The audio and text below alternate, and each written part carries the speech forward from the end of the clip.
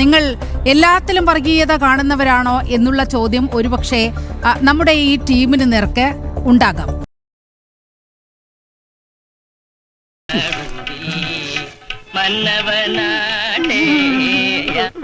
എന്റെ പൊന്നു ദൈവമേ, ഇതിൽ യാതൊരു സംശയം എനിക്കില്ല. ചാണകക്കുഴി ചാണകമല്ലേ കാണുകയുള്ളൂ.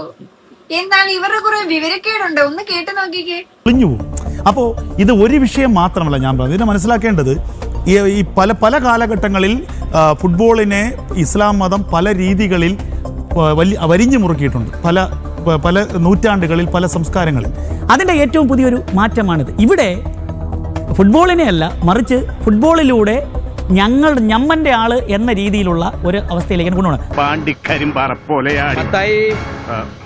മോനെ എന്തു പറഞ്ഞാലും അവസാനം ഇവിടെ എത്തി നിൽക്കും.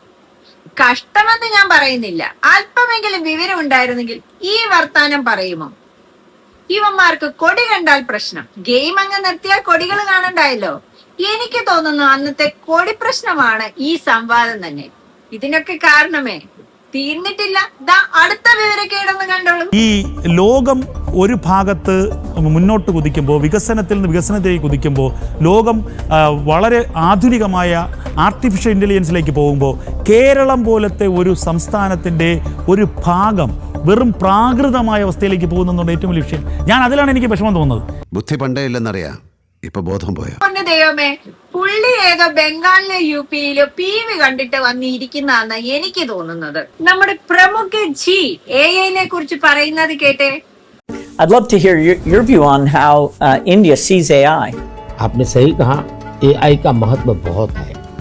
हमारे देश में माँ को आई बोलते हैं, माता को बहुत से राज्यों में भाषा बोलते हैं आई. अब मैं कहता हूँ हमारे यहाँ बच्चा पैदा होता है तो आई भी बोलता है, AI भी बोलता है. वो इतना एडवांस हो गया है. അടിപൊളി. ആ കൂട്ടത്തിൽ നല്ല വരവ്. എന്തായാലും വിവരം ഉണ്ടോന്ന് ഞാൻ ചോദിക്കുന്നില്ല, കാണത്തില്ല. ഇതൊക്കെ കണ്ടപ്പോഴാണ് എനിക്കിതാണ്ട് ഈ സീൻ ഓർമ്മ. ഒന്നും ആവാൻ പറ്റാതെ പോയതിന്റെ ഫ്രസ്ട്രേഷൻ, അത് തീർക്കാനുള്ള മലർന്നു കിടന്നോടുള്ള തുപ്പലുണ്ടല്ലോ, അത് നിന്റെ കുഴപ്പമല്ല. പൈതൃകം എന്നൊരു സാധനമുണ്ട്, അതിന്റെ മിസ്റ്റേക്കാ. ഇപ്പൊ നമ്മൾ കാര്യം പറഞ്ഞപ്പോ നമ്മുടെ തന്തയ്ക്ക് വിളിച്ചു.